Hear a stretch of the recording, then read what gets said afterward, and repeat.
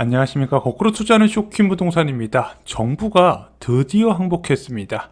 무주택자의 내 집 마련이 수월해질 것 같습니다. 게다가 신도시의 왕이 이제 여러분들께 찾아옵니다. 오늘 내용 중요합니다. 영상 전에 구독과 알람 설정은 필수입니다. 자, 어제 발표된 영통자의 센트럴파크 청약 결과 아시나요?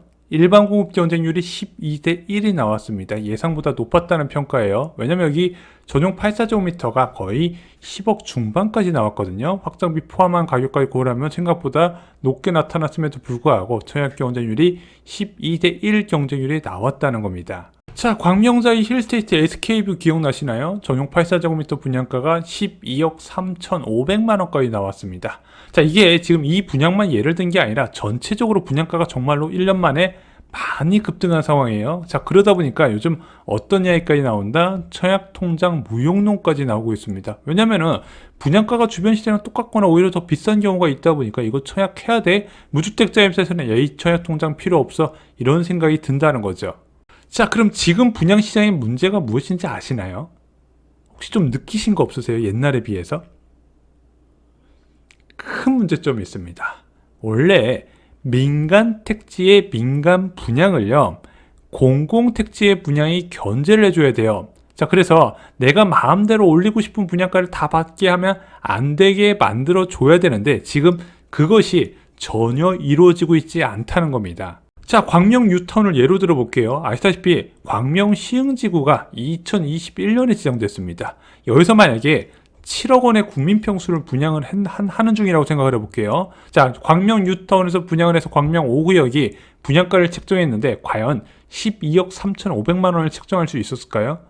안 되겠죠. 자, 용인 플랫폼 시티가 분양 중이었다고 한번 생각을 해보겠습니다. 분양가 한 8억 정도 잡아볼게요. 자, 얘가 8억 원에 열심히 분양을 하고 있는 상황에서 그 앞에 이 편한 세상 용인 플랫폼 시티가 전용 84제곱미터를 12억 원 분양가에 책정할 수 있었을까요?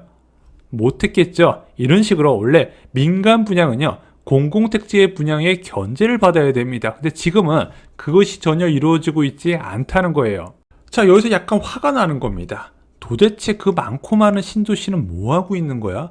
좀 이상하시죠? 자, 문재인 정부에서는 신도시를 8개나 지정을 했습니다. 그리고 짜잘한 중소규모 택지까지 합하면 64만 호를 지정했어요. 1기 신도시가 27만 호죠. 그 2배의 물량이 넘는다는 겁니다. 2017년부터 주거복지 로드맵 2018년 3기 신도시 거의 매년 신도시를 지정하다시피 했어요. 임기 내내 매년 신도시를 지정했는데 그 지정한 지 5년이 넘은 곳에서 지금 본청약이 한 군데도 없다는 겁니다. 자, 1기 신도시 같은 경우는 지정 발표하고 나서 3년 뒤에 그 다음에 2기 신도시도 4년에서 7년 사이에 입주를 다 했었거든요. 근데 3기 신도시는 너무 늦어요. 특히 이 공공분양은 둘째치고 민간분양은 더욱 심각하거든요. 왜냐면 얘는 공공택지 특별법에 의해서 전체 공급물량의 40%가 민간분양으로 치워지고 실제 공급의 주포는 민간분양이에요. 여기 지금 2032년 이야기 나오고 있습니다.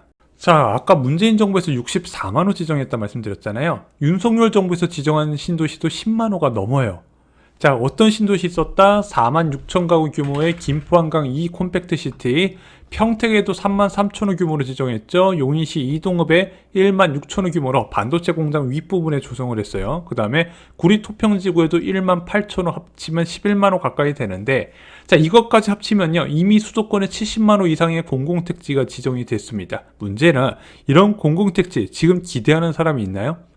예전에 상담 받아보면은 3기 신도시 뭐 교산을 기다려요, 창능을 기다려요, 뭐 이런 사람들 많이 있었거든요. 지금은 없어요. 그냥 다 기존 주택 사거나 청약받고 있어요.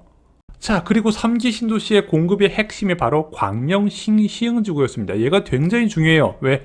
7만 원나 되거든요.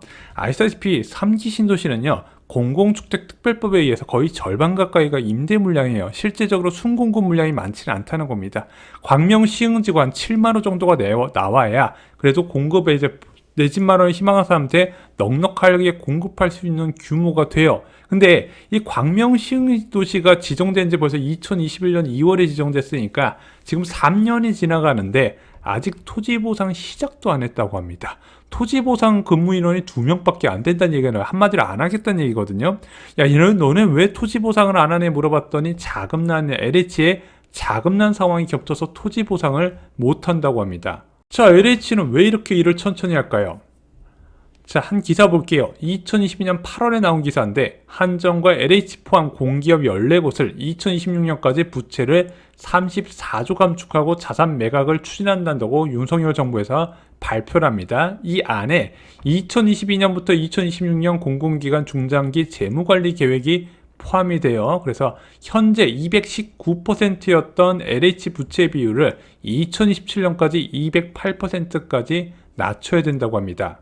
자, 하지만 아시다시피 3기 신도시는 동시다발적으로 진행됐거든요. 그래서 교산, 왕숙, 창릉, 계양, 대장, 시흥 뭐 동시에 대규모로 지정을 했으니까 이것을 동시에 추진하다 보니까 먼저 보상 관련해서 이제 자금이 나갈 것이고 그게 또 부채로 잡히고 자금이 나간 다음에 보상 완료한 다음에 착공이 들어가면 그게 또 다 돈이란 말입니다. 그럼 실제적으로 부채를 회수하려면 이제 부채를 갚아 나가려면은 이제 조선공사가 끝나고 토지를 매각하거나 내가 공공분양을 해서 그 이익으로 그 부채를 갚아 나가야 되는데 지금 자금이 제한되다 보니까 이 고루고루 사업을 천천히 진행하게 될 수밖에 없었다는 거죠. 그리고 기존 사업도 천천히 진행될 뿐만 아니라 추가 신도시를 아예 멈춰버리다시피 해버린 겁니다.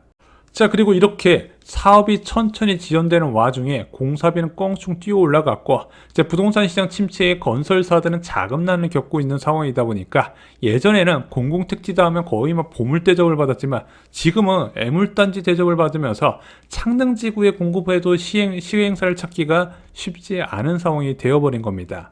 자, 결국 정부가 결단을 내렸습니다. 이한준 LH 사장이 언론과의 접촉에서 부채 비율 연연 않고 신도시 토지 보상 속도를 낸다고 발표했습니다. LH 부채에 문제가 생겨도 공기업으로 소임을 다하겠다 그러면서 공사비도 최대한 증액해주면서 현실화시키고 제때 사업이 진행될 수 있는 추진하려는 의지를 보여줬습니다. 자, LH가 결단을 내린 이유는 두 가지입니다. 첫 번째는 공급 부족 이슈예요. 자, 아시다시피 연간 12월 누계 착공 추이를 봤더니 수도권에 10만 5천호 밖에 안 됐습니다.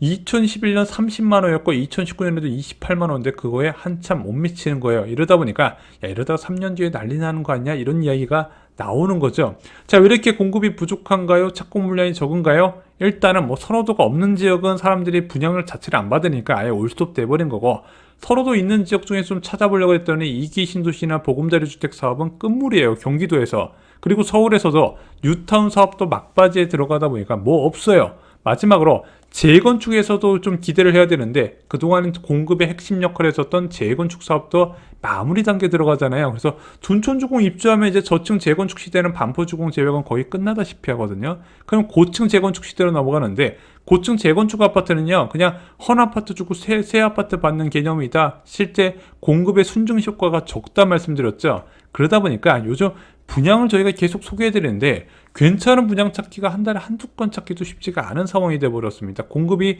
진짜 적긴 적어요.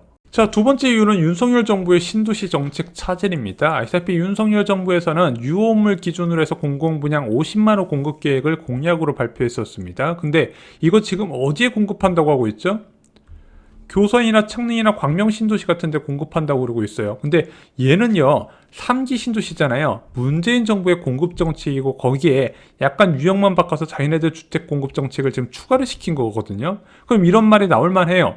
야, 윤석열 정부에서 추진하는 콤팩트 시티 걔는 어디 있냐?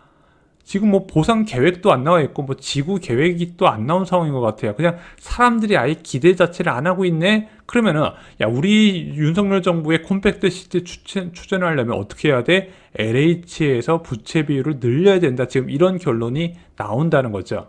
자, 결국 LH가 부채를 끌어와서 공격적인 신도시 보상을 시작하면 그 첫 번째 타자가 광명 시흥 신도시가 될 것으로 보여집니다. 7만호 규모로요. 뭐 하남 교산 신도시하고 창릉 신도시 합친 만한 규모예요. 굉장히 크죠. 3기 신도시 중에서 최대 규모인데 솔직히 사람들이 여기에 그렇게 많은 기대는 하지 않았어요. 왜냐면은 이 광명 시흥지구 보통 이런 대규모 신도시는요 광역교통대책이 중요하거든요. 근데 광명 시흥지구 발표됐을 때 어떤 교통대책 나왔죠? 광명시흥선이라고 KTX 광명역을 출발해서 7호선 광명사거리역 그리고 1호선 개봉역을 연결하는 경전철 계획이 나왔단 말입니다. 그러다 보니까 야 서울로 직접적으로 연결되는 게 아니네, 업무직으로 가는 게 아니네, 좀 관심이 덜했던 건 사실이에요. 자, 근데 광명시 신도시가 이번에 GTX D노선 발표로 좀 달라지지 않을까 이런 기대감이 커지고 있습니다. 왜냐면은 GTX D노선에 원래 공약이 없었던 광명시흥지구가 포함이 되어 있어요. 야, 그러면은 이 광명시흥지구의 광명시흥 역사가 이제 오픈이 되면은 어떤 장점이 있다? 강남역까지 4정거장이면 접근이 가능해요. 그래서 이게 현실화된다면 광명시흥지구 가치는 급등할 수밖에 없다는 거죠. 그 대단 잠재력을 갖고 있는 광명시흥지구가 본격적인 보상이 시작될 것 같습니다. 자, 참고로 신도시 청약에서 가장 중요한 것이 있습니다. 무조건 대형 신도시 중심으로 받으시기 바랍니다. 경기도하고 인천은 대형 신도시 중심으로 수요가 유입되고 발전을 한다는 거 많이 말씀드렸습니다. 교통도 그렇고 직장도 그렇고 다 대형 신도시 중심으로 들어오게 돼 있어요. 또 하나, 신도시 청약에서 중요한 것은 바로 첫 분양을 잡는다는 겁니다. 가장 좋은 입지를 저렴하게 공급한다고 많이 말씀을 드렸죠.